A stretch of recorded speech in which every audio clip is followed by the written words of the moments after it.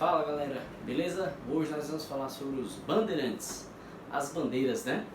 Esse é um tema muito importante da gente entender porque ele, ele vai tratar da definição territorial brasileira, né? De certa forma, e que foi proporcionado por esses bandeirantes, né? Através da sua ocupação do interior, né? Do seu avanço para o interior do Brasil.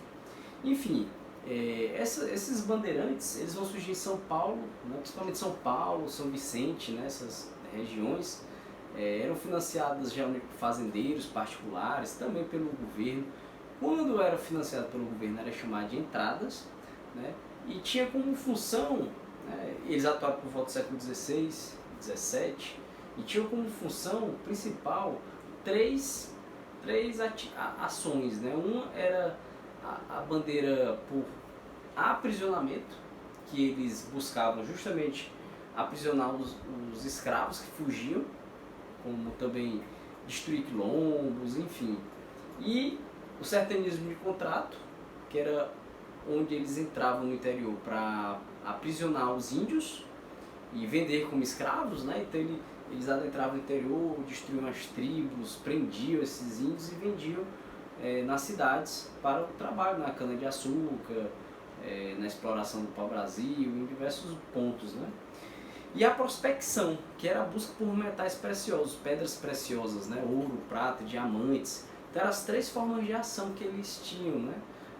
Geralmente eles iam fazer um processo de aprisionamento, né? Prender alguns escravos que haviam fugido de alguma fazenda, e nessa busca eles iam prospectando todo lugar que chegasse, ia analisar, ia fazer a faiscagem, né, como era chamado, pegar aqueles pedregulhos do rio, né, e fazer com aquela cesta, né, a bateia, né, como se chamava, botar na cesta, fazer para ver se faiscava e achava o ouro, né, o ouro de faiscagem, o famoso ouro aluvional, né, o ouro de rio.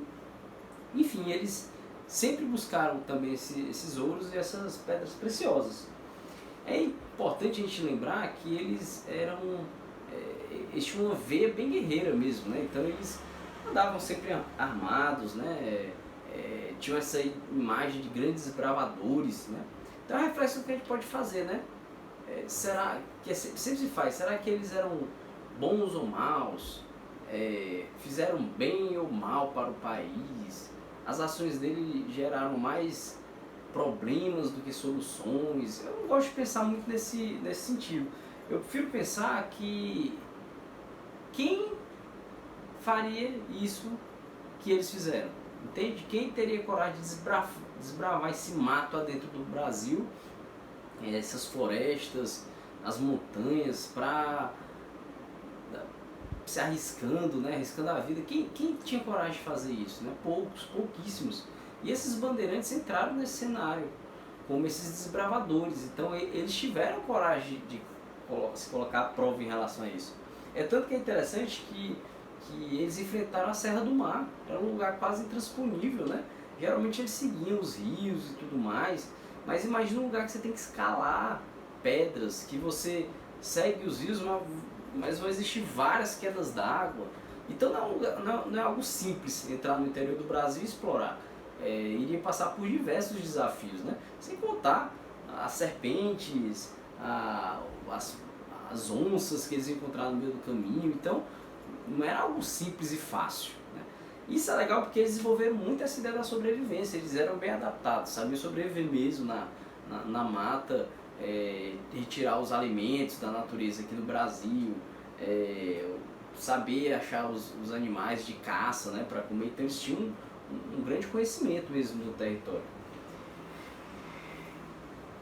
Nessa questão do desbravamento, é importante lembrar que eles foram além do famoso Tratado de Tordesilhas, né, que era o que existia como acordo entre Portugal e Espanha, que dividia o mundo em dois praticamente. O Brasil ficava na sua região leste para Portugal, que era uma pequena região, uma pequena faixa territorial litorânea, e que foi bastante explorada, principalmente com o pau-brasil e com a cana-de-açúcar.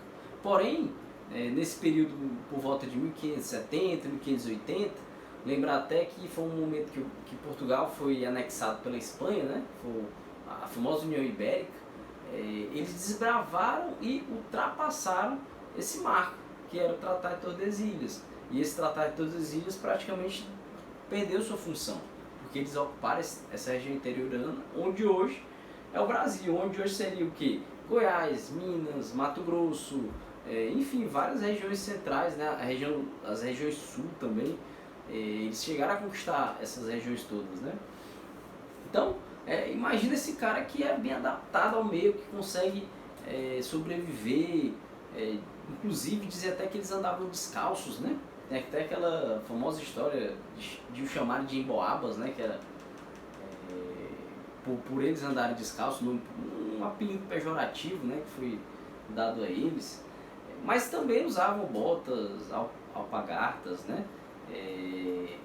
Coletes, né? Levavam coletes para as batalhas com os índios, armaduras, adagas, espadas, facas, canivetes, espingardas, bacamartes, todo tipo de armamento que você pode imaginar eles usavam, eram totalmente beligerantes, eles iriam para conflito, eles precisavam estar municiados, né? Eles não andavam com uma lança, um pedaço de pedra, eles andavam armados, fortemente armados mesmo, né? Para poder passar por todos esses conflitos e derrotar os índios, né? Destruir os quilombos, que eles tinham como também missão fazer isso, né?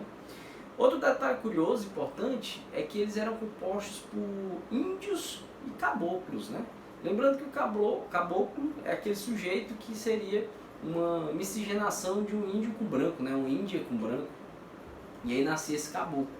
Então, uma boa parte deles fazia parte dessas expedições bandeirantes. Muitas vezes, como algumas expedições que a gente vai analisar, que tinha 60 brancos bandeirantes descendentes de portugueses e 300 índios e mais 800 caboclos. Então, eles foram muito utilizados, principalmente porque os índios que se aliavam aos bandeirantes, eles conheciam o território, eles sabiam onde é que estava uma tribo, onde é que estava outra tribo, então eles eram muito auxiliados, auxiliavam muito os bandeirantes nesses processos de entrada no interior. Então eles tinham essa ligação com a natureza, essa conexão com a natureza brasileira, conheciam mesmo a fundo a nossa realidade. Outro fato importante é que eles falavam tupi, né? Então eles tinham comunicação com os índios, eles sabiam se relacionar com os índios, era outro ponto importante, né? E algumas questões interessantes da gente lembrar.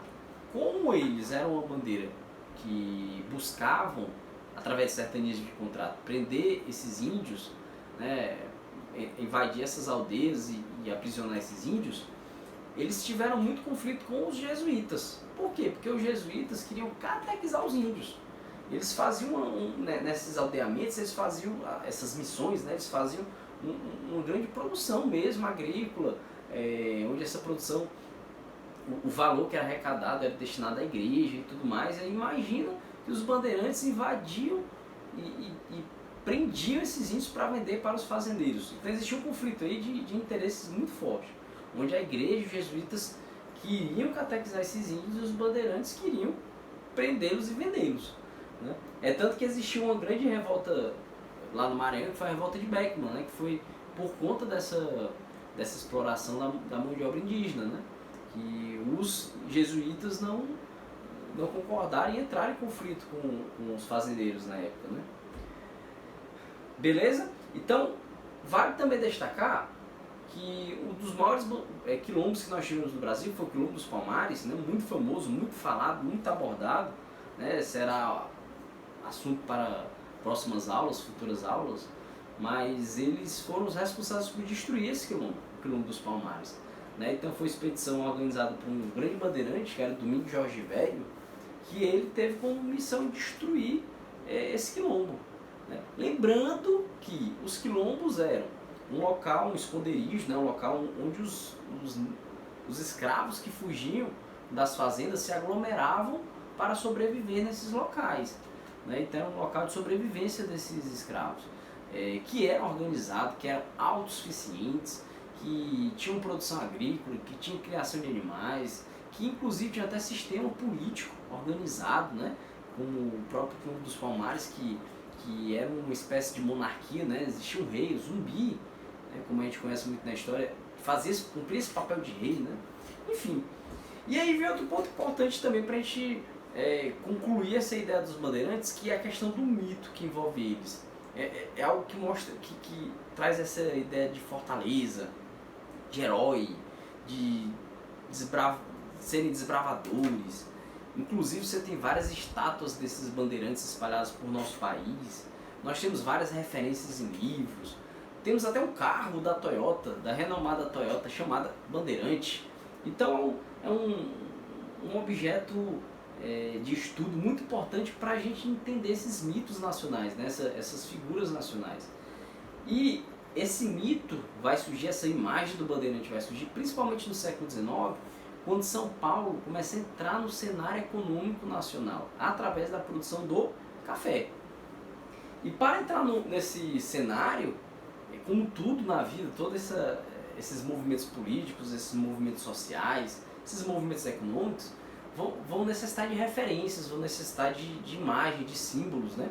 E dentre essas referências de um São Paulo, de uma cidade como São Paulo forte, economicamente, humanamente, né, de seres humanos fortes, vai entrar essa imagem do bandeirante como sendo esse desbravador, esse paulista desbravador, esse forte que representa as pessoas que vivem nessa região. Também futuramente, lá no 1930, com aquela disputa entre São Paulo e Minas Gerais, como também em 32, né, na Revolução Paulista, também foi abordada essa imagem do bandeirante. Né? Vale ressaltar também que nem sempre foram heróis, né? Ou, dependendo do ângulo que você vê, não vão ser heróis. Como, por exemplo, se a gente olhar sobre a visão indígena. Imagine só, será que o índio vai olhar para um bandeirante como herói se ele está sendo invadido, né? Se a sua tribo está sendo invadida por um bandeirante, se ele está sendo aprisionado por um bandeirante, entende? Isso é importante a gente lembrar. Como a própria imagem de Tiradentes, que eu sempre lembro. Tiradentes, até a proclamação da República, era um traidor. Ele sai em todos os jornais e revistas, você pode imaginar, como um traidor. Por quê? Porque nós vivíamos sob uma monarquia. E ele cometeu o crime de lesa majestade, de contra o rei. Então, é um crime que com certeza os reis não gostavam muito, né, de serem injuriados dessa forma por um alferes, né, do exército, um Tiradentes, uma pessoa que não era um homem tão bom assim, né? Então, não tão bom economicamente, mas ele é considerado traidor. Ele foi considerado traidor durante muitos anos. Só na proclamação da República, no Brasil, é que começam a trazer esse mito heróico de Tiradentes, que hoje é até feriado nacional e tem uma grande importância para a nossa formação cultural nesse aspecto, com certeza. Né? Mas lembrando que passou muito tempo como traidor, só depois que ele teve essa imagem de herói. E assim como os bandeirantes, né? Eles vão entrar nessa imagem, eles vão ser objetos de estudo, de pesquisa, de aprofundamento, principalmente por conta dessa subida paulista, né? Através da produção do café nesse cenário econômico nacional, e essa necessidade de se ter essas referências, de se ter esses mitos. Né? Beleza, galera? Obrigado pela atenção, espero que tenha ajudado.